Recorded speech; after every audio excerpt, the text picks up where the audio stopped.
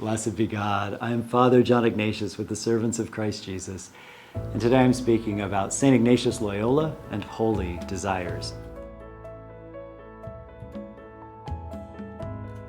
St. Ignatius Loyola was a man of heroic and noble desires whose military training helped him to prioritize the glory of God and king and country over his own desires for convenience and comfort. Once he was converted, St. Ignatius was confronted with competing desires for mere human glory or God's greater glory. St. Ignatius realized that some of his authentic desires were inordinate attachments to lesser things. But he also found himself fired with holy desires to follow the gospel and copy the practices of the saints. Following his holy desires detached him more and more, not only from sinful desires, but also from inordinate desires for health and wealth and honor and life. For St. Ignatius, the way forward in holiness is not the suppression of desires, but the conquering of disordered attachments and the cultivation of desires that are aligned with Jesus Christ. Our one desire and choice is what is more conducive to the praise and reverence and service of God.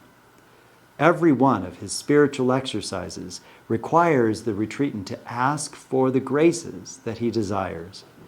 Finally, St. Ignatius writes that when attachments get in the way of God's honor and glory, we should rouse ourselves to desire the opposite of that to which we are wrongly attached.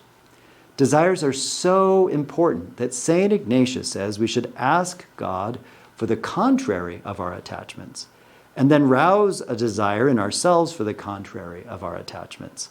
A desire for humility instead of pride, a desire for sobriety instead of gluttony, a desire for chastity instead of impurity, a desire for poverty rather than riches.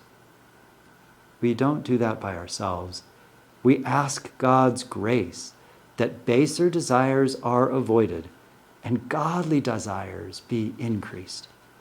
We also employ our faith, revelation, reason, and will to rouse ourselves to desire more intensely and more faithfully the good things that lead us to God.